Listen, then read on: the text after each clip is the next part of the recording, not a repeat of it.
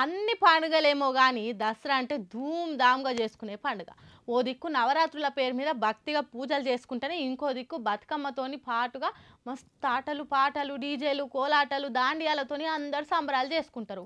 అట్లనే పోతానా ఆడోళ్ళంతా బ్యాండ్ సప్పుడుతోని సందడి చేసిన వీడియో ఒకటి పొట్టు పొట్టు తిరుగుతుంది. చూస్తే గూస్ పింపుల్స్ పక్కా.